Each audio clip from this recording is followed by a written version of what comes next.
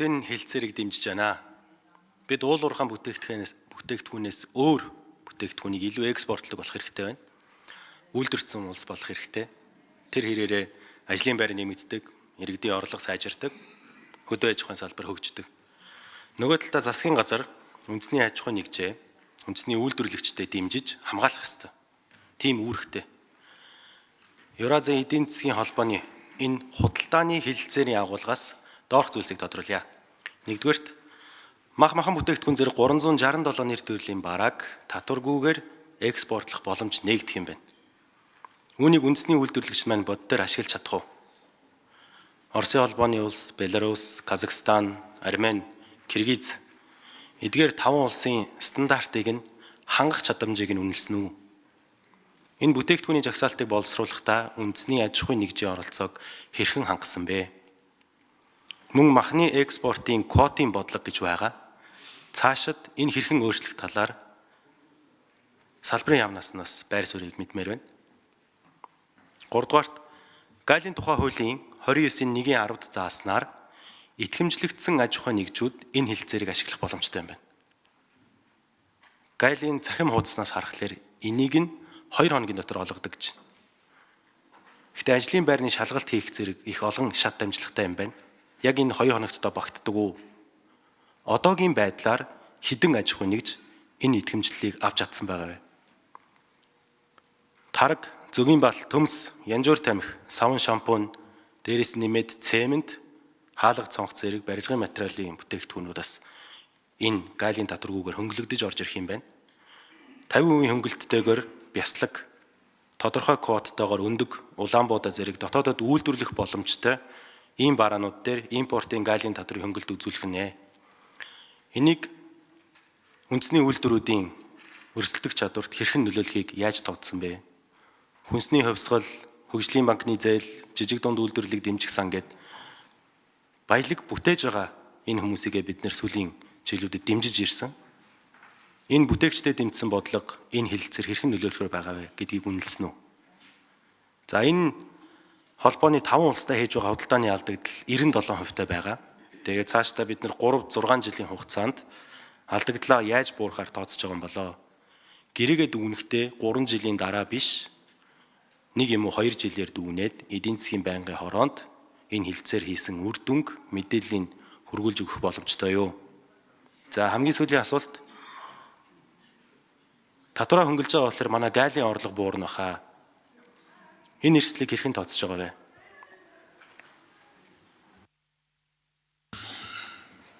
За энэгээр сайдаа нөгөө хүнсний хувьсгалын хүрээнд бас нэлээд олон зуун тэрбум төгрөгийн дэмжлэгийг хүнсний салбарын компаниудад өгч байгаа. Үйлдвэрлэлийн дэмжиж байгаа. Энэ дэмжсний хүрээнд дээр экспортоо нэмэгдүүлнэ гэж байна. Энэ тал дээр нэмж тодруулаад хариулчаарай. За энэгээр сайдын микрофон өгье. За үйлдвэрлэл ер нь хэмжээж л инфляц төр төгрөгийн худалдаа авах чадварч төр олон юм үйлдвэрлэж байгаа улс орнууд л доктортой байгаа. Бидний хамгийн том алдаа бол үйлдвэрлэлгүй цэвэр худалдаан дээр тулгуурласан юм эдийн засгт яваад хэд хамааралтай байдал. За энэ алхам бол их томоохон энэнийг өөрчлөхөд бас нэмэр болно. Ялангуяа манай уламжлалт хөдөө аж ахуйн үйлдвэрийн салбарыг шин түвшинд гаргахад нэмэр болно. За нийт 367 мөр бараа байна. Жагсаалт. 97.5% нь хөдөө аж ахуйн мал аж ахуйн гаралтай бүтээгдэхүүний байгаа. За махан бүтээгдэхүүн 29 мөр ингээд шугам одоо жагсаасан олон махан бүтээгдэхүүн байна. Арь шир бол 60 мөрийн одоо багтсан арь ширэн одоо бараанууд байна. Ноос ноолуур дээр 204 мөр бараа байна. За бусад бол Хайлуур, Джонс, Давс. За нэмж 1 минут.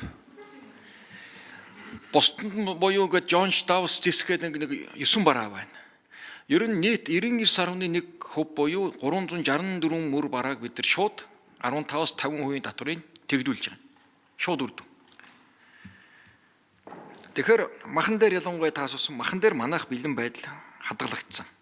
Зах зээлийн эрэлт өндөр. Саяны уулзалтаар Орос улсын шадар сайд жилдээ 50,000 тонноос болохгүйгээр махны нийлүүлэлтийг доктортой хангаж өгөөч гэж. Одоо бид нэг 100 мянган тонноо хийж байна. 50 мянгаыг бид дахин нэмж экспортлох болцоотой байгаа. Ингэхийн бол одоо гарсан 300 сая долларын махны экспорт маань 500 хүртэл сая долларыг бид манай мал аж ухааны салбараас гаргах болцоотой. Буюу зөвхөн махан дээр хэд ийм том орон зай нэгдэж байна. За гэрээ яаж дүгнэх вэ гэдэг дээр жил болгон байнгын дүгнэлт хийгээд хяналт хийгээд хэрэгжилтэн дээр явах ийм хамтарсан хороодууд ажиллаж эхэлнэ. За гайлын орлого За нэмж тодруулъя. гайлын орлогонд яаж нөлөөлөх вэ гэж байна. За манайх одоо энэ Евразийн эдийн засгийн холбооноос импортлж байгаа 367 бараа одоо яг орж ирэх бараа. Үүнд бид нар 109 сая $1 чөлөөлт өгнө гэсэн үг. Евро эдийн засгийн холбоо 109 сая $1 боломж авна гэсэн үг. Эсрэгээр нарийн бид нар 15-50% дээр манаас орж байгаа орон зай боломж илүү нэмэгдэх болов. Нөгөө талаар бусад төрлийн энэ манай үйлдвэрлэл явуулдаг гол түүхийд машин механизм, эрчим хүчний болон ингээд олон тоног төхөөрөмж, суур зардлууд хялбарх, нөгөө хямдрах инфляцид эрг нөлөөлөх бас юм сайн тал гарч ирээд байгаа. За нөгөө талаар энэ хэрэгжүүлсэн хөтөлбөрийн үр дүн буюу хөнгөн үйлдвэрлэлийн салбар үндсэндээ энэ том өрсөлдөөнд орох бэлтгэлээ сая өнгөрсөн 2 жил нэлээд сайтар базаасан. Одоо ингээд энэ том зах зээлийн өрсөлдөөнд орноо. За бусад төр тоо итгэмжлэгдсэн гайлтай холбоотой тэр Ажлын хэсгийн 4-р 3-р микрофон. За алдар нэрээ хэлээд 3-р микрофон. За Лувсан жамцгшууны асуултанд хариулах гайлын ерхий газрын дэд дарга их тавин. За гайлын байгууллага за худалдааг хөнгөвчлөх аюулгүй байдлын стандартыг хангасан аж ахуйн нэгжид гайлын итгэмжил олох журам батлагдсан байгаа. За энэ журам дээр одоо бид бүгд ярьж байгаа итгэмжсэн аж ахуйн нэгжийн журам. За энд өнөөдрийн байдлаар 6 аж ахуйн нэгж итгэмжил авсан байгаа үндэсний хэмжээнд. За анхны үйлдвэрлэгч, анхны экспорт импортын компани Эрдэнэт үйлдвэр, сүүлдээ бид бүхэн за Тод Оймс, за Говь компани, за гэх мэтлэн одоо үндэсний үйлдвэрүүдэд одоо тодорхой экспортыг дэмжсэн бодлогоор за эдгээр аж ахуйн нэгжид бол итгэмжил олгосон байгаа. За энэ бол итгэмжлийг бид бүхэн одоо тухайн улс оронд хөнгөлт эдлэх одоо журам нь тухайн улс оронтой харилцан хүлээн зөвшөөрөх хилцээр байгуулсны үр дүнд хөнгөлт эдлэх боломжтой байдаг. Нэмж 1 минутаар тодруулъя. Тэгэхээр бид нар энэ хилцээрийн хүрээнд бол за ямар ч аж ахуйн нэгжүүд энэ төрлийн бизнесийг эрхлэхэд тухайн улс оронд бол хөнгөлөлөх бүрэн боломжтой. За дээрэс нь бид бүхэн харилцан хүлээн зөвшөөрөх хилцээрийг тухайн улсуудтай байгуулсан, тухайн гайлын байгууллагатай нь байгуулсан бол бусад бараан дээр хөнгөлөлт эдлэх бүрэн боломж нэгдэх юм аа. За баярлалаа. За одоохон Улсын хурлын гишүүн Хөхөгийн Болормагийн урилгаар Скватер дүүргийн иргэд Улсын хурлын үйл ажиллагаатай төрийн ордонтой танилцж байна.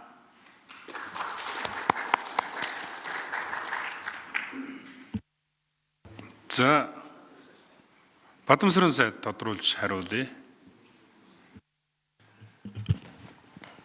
Махны экспортод квот хязгаарлалт одоо тавихгүй байх бодлогыг цааш хэрэгжүүлнэ.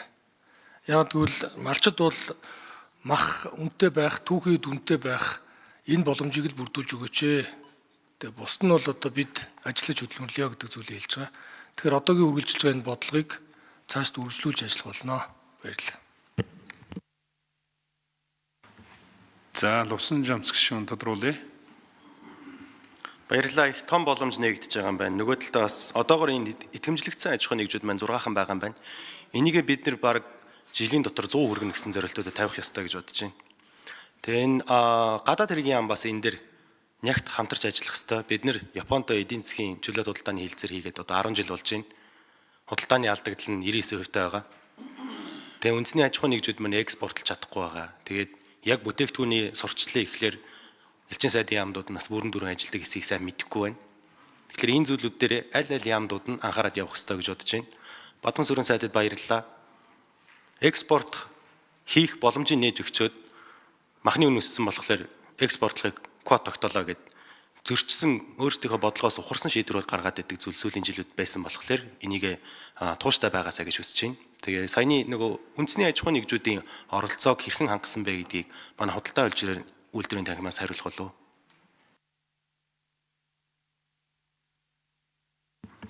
За энэ дэрийн 4-р микрофон Лавгжав дарга хариулъя.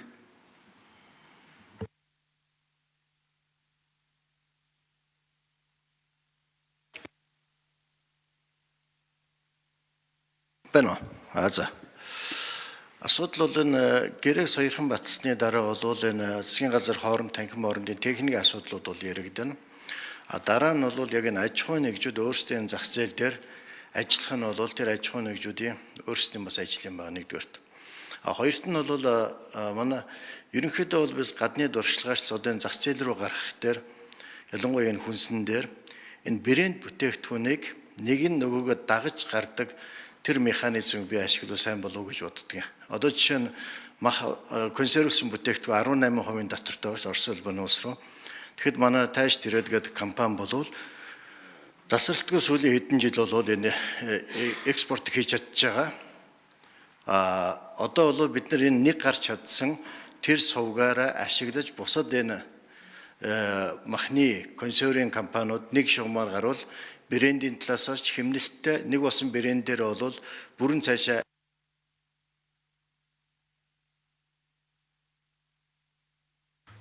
За лувшин жамцгшуун нэмж тодруулъя.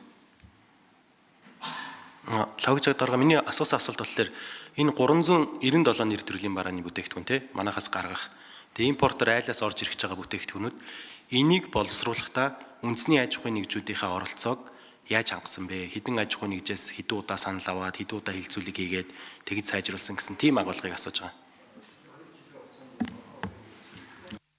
Эндрийн 4-р микрофон. Нийт бол 7 удаагийн хилцээ хийгдсэн. Ялангуяа энэ өнгөрсөн 24 оны 19 сарын 9-ноос хойш энэ нэлээд хурц асуудлууд тавигдаад энэ дээр бол дахин 3 том хилцүүлэг явагдсан байгаа.